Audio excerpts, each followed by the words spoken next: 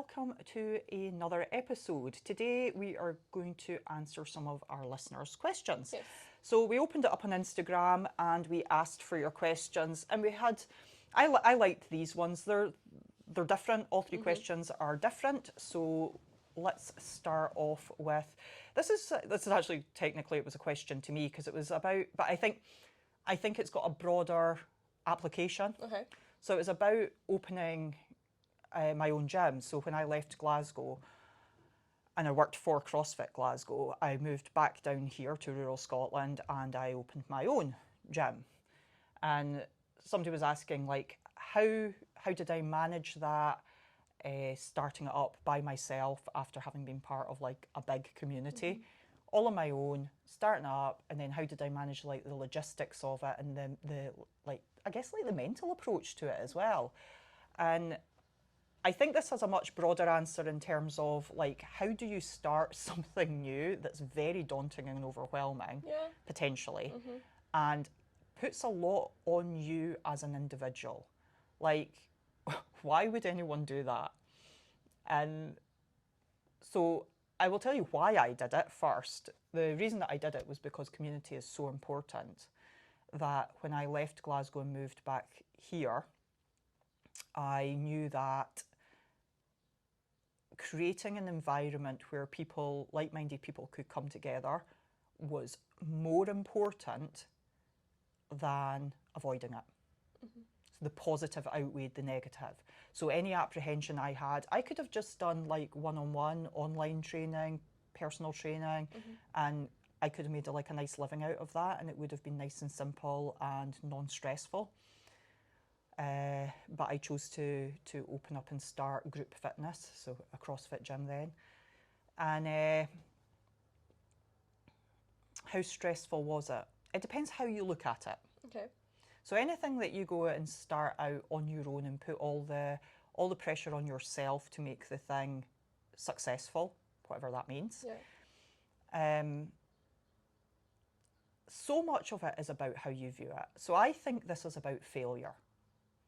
Do you view things as, so I've been blessed with the gift of not understanding what failure is, because I think I just don't ever give up. Yeah. And I think that is it, basically. Like, what is failure? It is only when you stop trying, right? Because there's no, like, what's the benchmark for success? In anything, what is the benchmark for success? Because I'm pretty sure if you set out in politics, for example, and you become Prime Minister, there's probably something else you would like to do above that. Yes. You know, I think there's no real end game to anything. And this is an interesting illusion that people have, because they think they failed, but really you can only fail if you stop. True. Because there's no end. Does that make sense? It does. I think, like, what's your expectation as well? Like, if yours is to create a culture and people start coming to your gym, like, at what point have you been like, oh, that was successful, that wasn't successful? Yeah. Like, I think some of the pressure is internal, and it's like comes from expectations of what you think a gym should look like. Like, hypothetically, you could open a gym or like a functional group and just have dumbbells. Yeah. And then you could start running classes. You Yeah. know, it doesn't have to look a certain way. Well, during COVID, we did, and just after it, we did a lot of boot camp style classes. You know, we were still a CrossFit affiliated gym at that time, and we were doing boot camps. Yeah. They were great. Yeah. Honestly, like, because at the same time, what did that mean? We were still bringing people together. I was still getting to hang out with people who were like-minded. In terms of like managing your stress and managing your time, again, I think that is, how do you view things? So for me, I'm willing to put as much time as is necessary into creating something that's important to me, or learning something that's important to me. I think people maybe this is a more modern problem, I'm not sure, where people expect to be able to do things instantly, learn things instantly, and if they don't, they give up. Yes. Whereas I think that anyone can learn anything if they just keep going, Yeah. if they just keep allowing. allowing the process, and they keep moving forward, and they're willing to spend some time on it, and they're willing to fight through that period of time where they feel like they're not getting it. Yes. You know, I think like this is quite hard, and because I know people are really burdened by this, like the fixed mindset thing, where they're like, oh, Yeah. can't do it. It's too hard. Right. Can't do it. If you're just listening to this, I just threw paper on the ground there. Wonder where the noise was. Read that. I think people are really burdened by that, finding things difficult, but not appreciating their capacity to learn. Humans are incredible at learning how to do things. Absolutely incredible. And if you give yourself a chance, you will learn. Think of all the things you've learned in your life, from how to hold a knife and fork and tie your shoelaces, through to like, I don't know, like how to use bus systems, how to like do the job that you currently do, how to interact with people, how to, I don't know, there's probably all sorts of things that you do as an individual that you don't realise you spent ages learning. Yeah. You learned how to talk. That. You learn a language. You know? I think people maybe don't credit themselves enough with how amazing they are. Yes. And their amazing capacity to learn and grow and allow it. That allow yourself to be a beginner. It must be a hard place to, if you've been in the fitness industry a long time, to then come and open your own gym where essentially you're a beginner again. Things don't look particularly great, or it's not great, or things take time to build up. Like you kind of have to go through the stages of things not being amazing. Yeah. But when you've come from a place of like, you've been in it a long time, I think that can be hard. Do you know what was really interesting for me coming down here and like being amongst people who didn't know what CrossFit was? Arguably didn't really care. From an environment where I was in a big CrossFit bubble. So I came from a big gym in Glasgow that was really well known, really well regarded, very professional, and I was used to people knowing that I could coach and like they knew what I could do. And so it was really weird coming down here, very big ego check, right? Coming down here to a bunch of people who knew nothing about me. Who are you? I had no credentials as far as they were concerned. Mm-hmm. I had no history, no evidence that I could teach them how to deadlift better. I had to prove myself over what was, relatively speaking, quite a long length of time. And, I had to learn to have people trust me and feel safe with me. Patience. I learned a lot over those first few years about leadership, I suppose, and about how you come across as a person and why it's important to be a nice person. Like really some simple things about human interaction that maybe I was neglectful of before that. Not sure, but I think for anybody setting out to do something like a bit ambitious on their own, do it. Yeah. You only fail when you stop. Don't think about what your expectations are and where they come from, if it's externally driven, so your gym looks a certain way, or if it's more intrinsic, like creating a community. Yeah. I think that'll take a lot of the pressure off. And know that when you open a business, it takes a long time. Yeah, it takes and be patient. Like, why wouldn't it? Like, I think this idea that everything, if it doesn't happen quickly, then give up. But that comes from it needing to look a certain way to feel okay.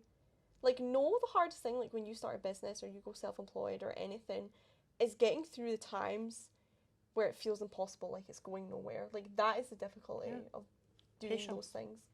Patience and perseverance. Over a long time. Yeah, patience and perseverance. And just keep looking for ways to make yourself better.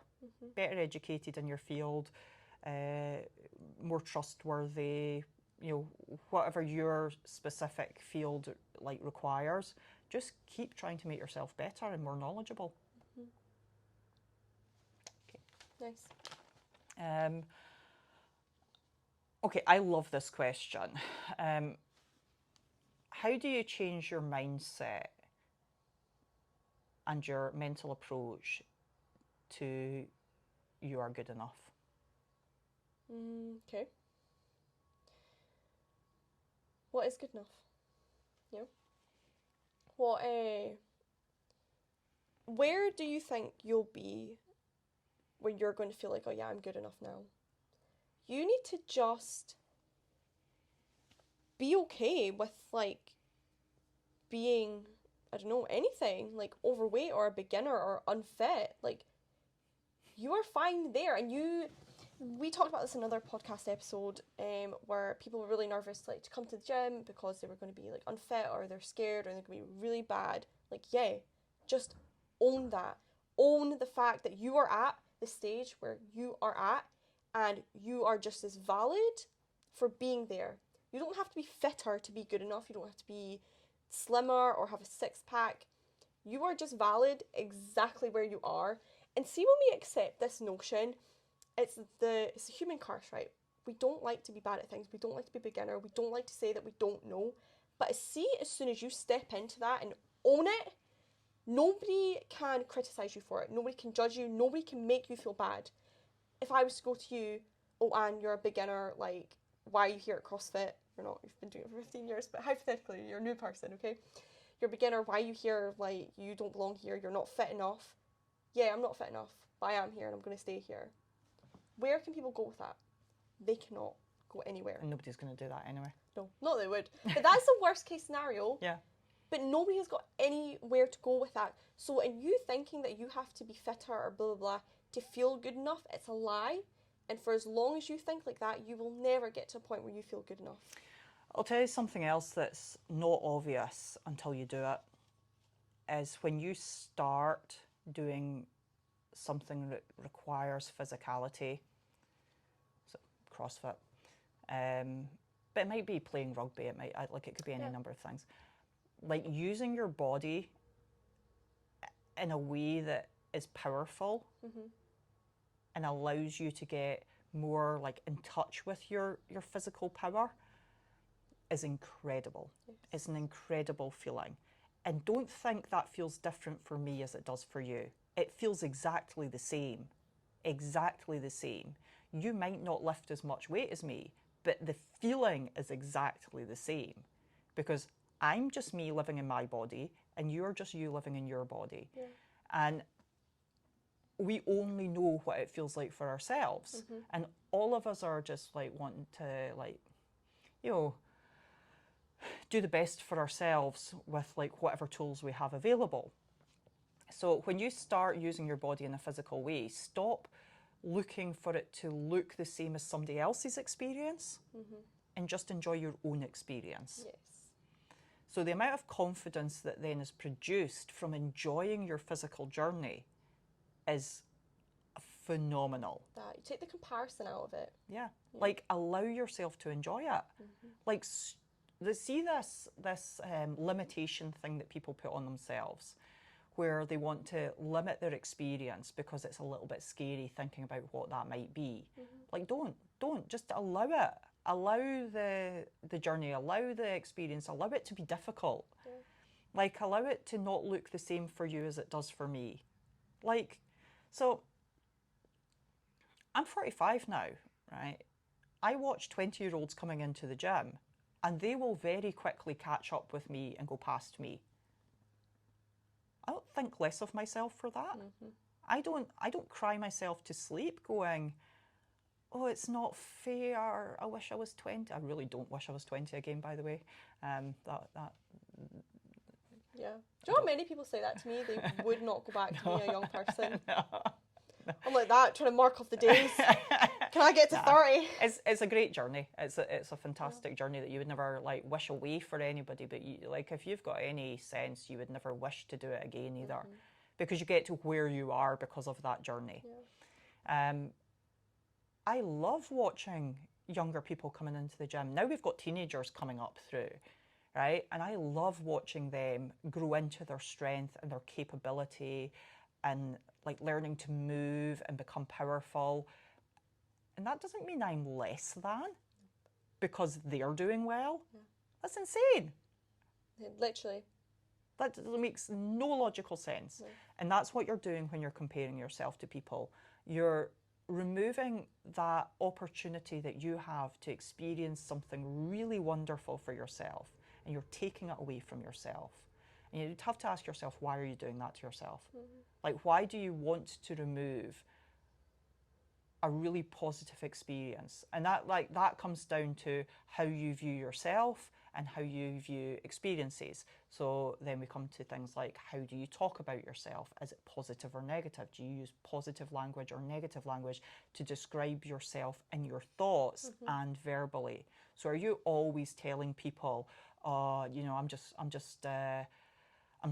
so shit at this.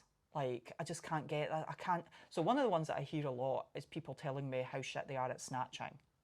Yeah, right, because it's a really hard lift to learn. do. Like, it's a really hard thing to learn. And then they look across the room at somebody that's doing it really well. Guess what? They've learned how to do it. They see this thing with like being bad at things. Yeah, you are. But think of how blooming good you're going to be in 2 years. Yeah. Think how that gets me through everything. Yeah. See if there's things like I'm a beginner at or really bad at, or it makes me feel a bit like, oh God, you know, I'm terrible at this. I get like aggressive. I'm like, nah. But in 2 years' time, I'm going to be amazing. So don't let that stop you. Be okay. And if anyone's got anything to say about it, they can come back to you in 2 years' time. You're great because you didn't And stop. guess what? They never do. No, they don't. Nobody cares. It's that. But They never also, like that feeling good enough, and you're looking around the room at other people. See, for as long as you define feeling good based on other people, like you will never feel good. Like we talked about this in another podcast episode. You could be like the fittest in the room and you feel great about it, and then walks in somebody who's even fitter than you, and you are now no longer the fittest. 5 people could walk in on a Monday night that are way fitter than you. Right? And you're And now trust me, by the way, this does Could happen. and you are not even like, you're nowhere near being the fittest in the class anymore. That's gone like that. That feeling of I'm good enough now doesn't exist. See, for as long as you compare and it comes like out with you, that will be fleeting. It'll be a fleeting I feel good enough. Pretty much all of this always comes down to how do you feel about you internally. Stop externalizing and looking out into the world to tell you how to feel about yourself. Yeah. Look in here to find out how to feel about yourself. And if that language that you use is not positive, then you need to change it. You need to change it because it will change your entire world. It will change your entire experience of the world if you use different language. So if you're always putting yourself down, let's go back to that snatching thing, which I hear all the time. Oh, I'm so shit at this. Well, okay. How can we change that language? I'm so pleased with how much I've learned so far. I can't believe how much I've progressed from when I started. Yep. I feel like I'm really getting that, what you said about keeping the shoulders back and the tight grip on the bar. Like, I feel like I'm really getting that. Still can't quite get this bit, but, you know, I'll focus on that today. Like, there's so many ways to change that negative blanket, oh, I'm so shit at this, that gets you nowhere. Be proud that you're coming in and doing something that you're bad at. You're not avoiding it. You're coming in and you're making yourself do it anyway. Do you know, I was having this conversation with somebody the other day and we were talking about, I've got a long track record of and I do this instinctively. I don't sort of set out to do it. I do it quite like, I feel quite compelled to do it. So I have definitely been that person that goes, I hate running. I hate burpees. You know, guess what? All fitness related things. I love deadlifts. I love back squats. Because we tend to not like the things we're not very good at. So I used to hate rowing. So every Monday night, I rowed 5 kilometres. Every Monday, without fail. Sat down on the rower, rowed 5 kilometres. I focused on the technique for rowing, the power transfer. I watched the data and the numbers, and I kept doing it until I wasn't rubbish at it. Yeah. I wasn't necessarily the best rower in the world, right? But I kept doing it until I got the technique right, and I was getting like a little bit of progress, and you know, it was starting to, and bit by bit, I went from I hate rowing to, guess what? I don't love it, but I became decent at rowing, Yeah. and therefore I quite liked it. Started to enjoy it. Yep. And I did that. I've done that with running. I've done that with like all fitness related things like burpees. But the big one that I did it with was gymnastics. Yeah. Being a natural like strength athlete, tend to find people are good at moving an object or they're good at moving their body. And I was not good at moving my body by comparison. But I'd watch people doing these beautiful like perfect handstands and like these beautiful gymnastic movements with their toes pointed, and it was all elegant and well put together. And I was like, oh, Yeah. well, maybe. And I started to allow myself the idea that if I learned and put the work in, like, it's kind of obvious, right? Yes. And I worked so hard, and I cannot begin to tell people how hard I found it to get a pull up and to be semi-decent at gymnastic movements. Like, I was so scared of going upside down and confused when I went upside down, like really disorientated. I had a few accidents with it, landed on my head a couple of times. That doesn't help your confidence, But nobody was, like, I was having to figure this out for myself. So this was back in the much earlier days where people didn't really know how to coach this stuff. So I had to step back and go, right, how do I fix this problem? And I went, I am just going to throw myself into it.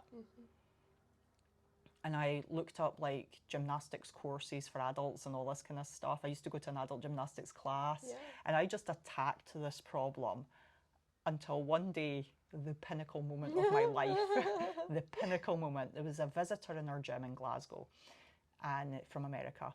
And I was just helping her out and chatting to her and demoing some stuff and that. And she says to me, she's like, did you used to be a gymnast? I was like, nothing's going to surpass that moment in my entire life now.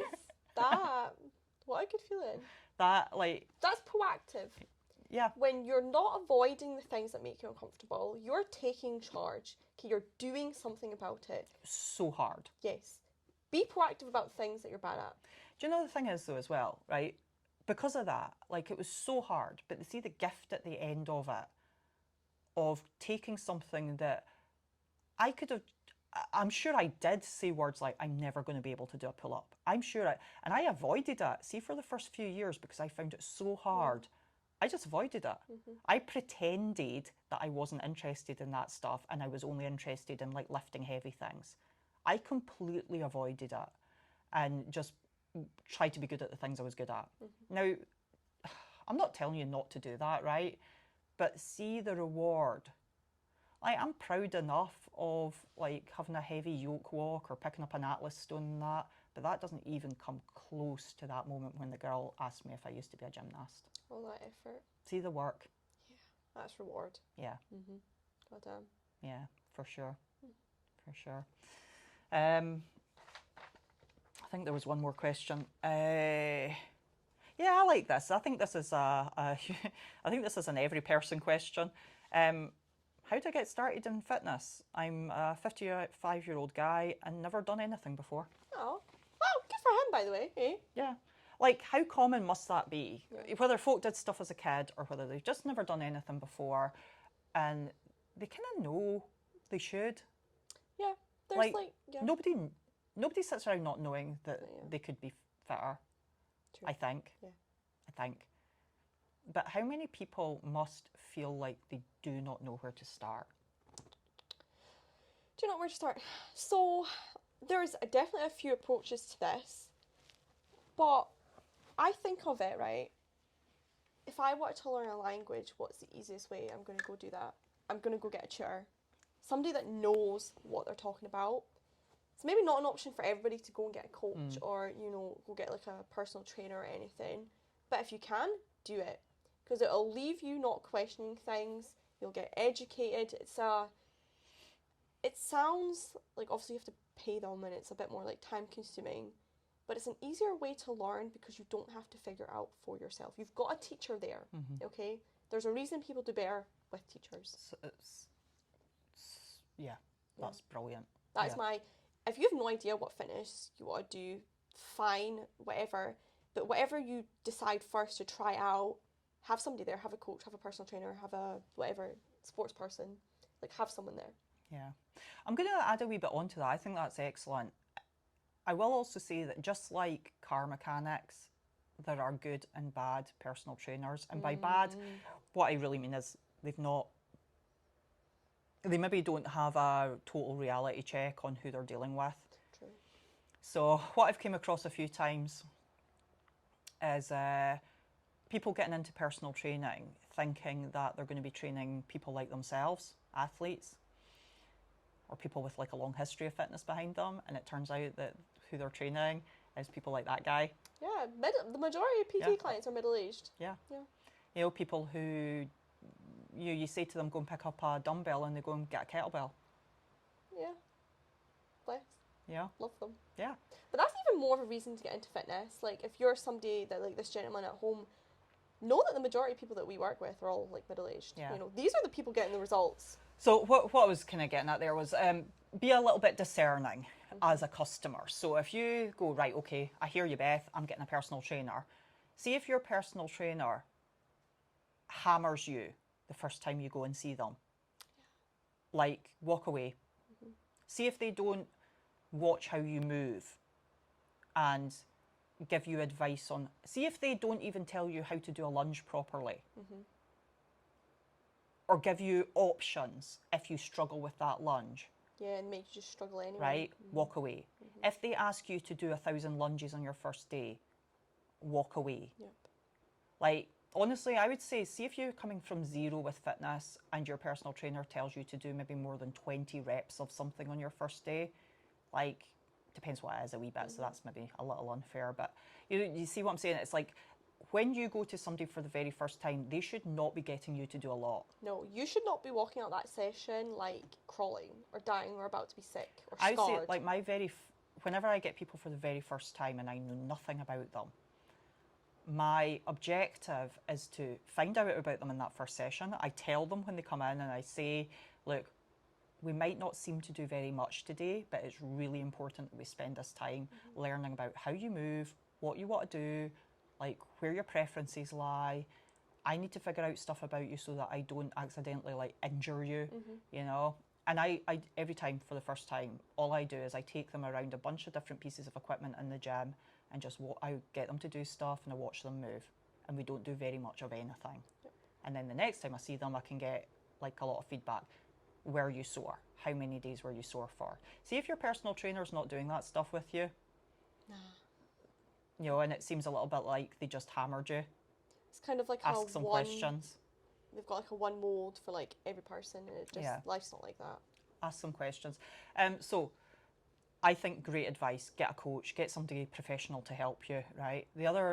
So if that's just not in because of where you live or because of finances or because like you're just too scared to do that. Yeah, that's too big a step. Yeah, then honestly, if you've done nothing, do not go straight to I'm going to run 5K, right? Because I'll tell you, 5K is a long way. That'll scar you, by the way. See people who tell you, like I remember somebody once said to me, I was getting back into running, and I asked my running friends, of which some of them do ultras, right? So they maybe lose a little bit of perspective, and I said, I asked them something about carrying water, and somebody said, oh yeah, I don't carry water on shorter runs, like runs less than 10K. Now 10K for me at that time was like huge. Yeah. Huge. That was like an outing. And they're like, don't carry water. Like, be really careful. Like, other people's ideas of what is difficult compared to you could be huge. Yes. So if you're trying to go from zero, don't go straight to hero, right? I would say don't even try and walk 5K. Like, just go out and maybe do it by time rather than distance, or a landmark that's closest to your house. Like, say I'm going to walk to the town clock and back, you know, or I'm going to walk down to like the rugby club and back, or whatever it might be. Or say I'm going to walk away from my house for 20 minutes, turn around and I'm going to walk back for 20 minutes. Do that every day for a week. Build it up. Yeah. And, you know, it'll start to feel less daunting, less overwhelming. Maybe next time, instead of walking to the rugby club, you walk to like the local park. You know, it's a little bit further away. turn round, you walk back. You know, and just allow it to happen a bit more organically over time rather than like, you know, thumping it and hammering it. Start, it's so hard for people to have this start small. Yes. Honestly, my best advice is when you start is be under ambitious. I know that seems so disappointing and so sort of like counterintuitive. Be under ambitious. Like your risk of injury might be quite high as well if you go in too hard. I watched a thing it was on BBC, and I should have written a complaint in at the time because I was livid watching this. And it was, they took two different unfit, overweight people with two different trainers, and they were getting them to run a marathon, maybe something like that. They were going to train them to run a marathon or something. And both people had to drop out through injury. Wow. And it was because one of the trainers had them aim straight for they had them running straight away. Oh, wow, okay. This person's coming off their bloody sofa, and they had them running. And I remember watching it. I was standing with my mother watching it, and I was like, oh no. I was like, they're going to get like an Achilles injury or something off that. I was like, have they even asked them like if they ever walk anywhere? And then in the next episode they had, I felt like I'd cursed them. They had an Achilles injury. I was like, just don't go from zero to hero. Like, give yourself a chance and try not to do things that... So a really common one is people will go, right, I'm going to run 5K every day for a month. It's like, do you walk anywhere? Ever? Like, don't go straight to this idea of something like that. Like, maybe you'll manage it, right? Okay, and I would be so impressed if you did. But don't set yourself up for failure. Set yourself up for success. The extremeness and how... do you know, it's like when people set their calories really low and unrealistic. Yeah. Like, it's so much harder to do that. Like, yeah, set yourself up for success. Don't make yourself miserable by proving to yourself that you can't do it because you made it too difficult in the first place. Like, I love running, but see if I was going to try and run a marathon, I'm not going to go out today and run a half marathon because the last time I went running was several weeks ago now since I last ran, and it was only 5 kilometers. So be realistic about where you're at.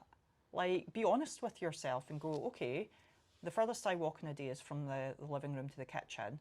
Maybe I should just try walking to the end of the street and back. Yep, absolutely. You know, and you're not less than because you did that. Like, you're smart. That's still more than you were doing the day before. Yeah, and you're smart because you did that. Because you've gone, that's something I can do. I'm going to do that.